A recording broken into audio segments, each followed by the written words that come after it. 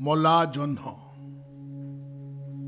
ଅସ୍ତାଚଳେ ଲୁଚୁ ଲୁଚୁ ମ୍ରିୟମାଣ ଚନ୍ଦ୍ର ଭାବୁଥିଲା, ଏ ବିଶ୍ୱର ପ୍ରୀତି କ'ଣ ସ୍ୱାର୍ଥହୀନ ଅକଳୁଷ ନୁହେଁ?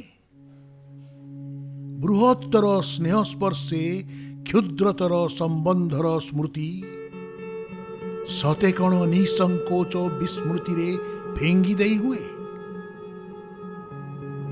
କ୍ଷୋଭ ସେ ଶପଥ ନେଲା ରଜନୀର ରଜତ ଉତ୍ସବେ, ବଞ୍ଚିତ କରିବ ଏହି ଅବାଞ୍ଛିତ ସୃଷ୍ଟିର ଦଳକୁ, ଅମୃତର ସ୍ୱାଦନକୁ। କିନ୍ତୁ ସେ ତ ଭାବିଲାନି ଥରେ, ମହତ୍ଵ ତା ବଞ୍ଚିଅଛି ସେମାନଙ୍କ ସ୍ଥିତିର ଦଳକୁ। ସାମୟିକ ମତାନ୍ତର ଚିତ୍ତର ସମ୍ପର୍କ କେବେ ଛିନ୍ନ କରିପାରେ? କ୍ଷଣିକ କ୍ଷୋଭରେ ସୃଷ୍ଟ ଅଭିମାନ ପାର୍ଥକ୍ୟ ଜାଣେ ସେ ତ ମାତ୍ର ମୁହୂର୍ତ୍ତର ଦୃଶ୍ୟହୀନ ମମତା ଶୃଙ୍ଖଳ ଦିବସର ବ୍ୟବଧାନେ ରଜନୀରେ ଲୁପ୍ତ କରିଦିଏ।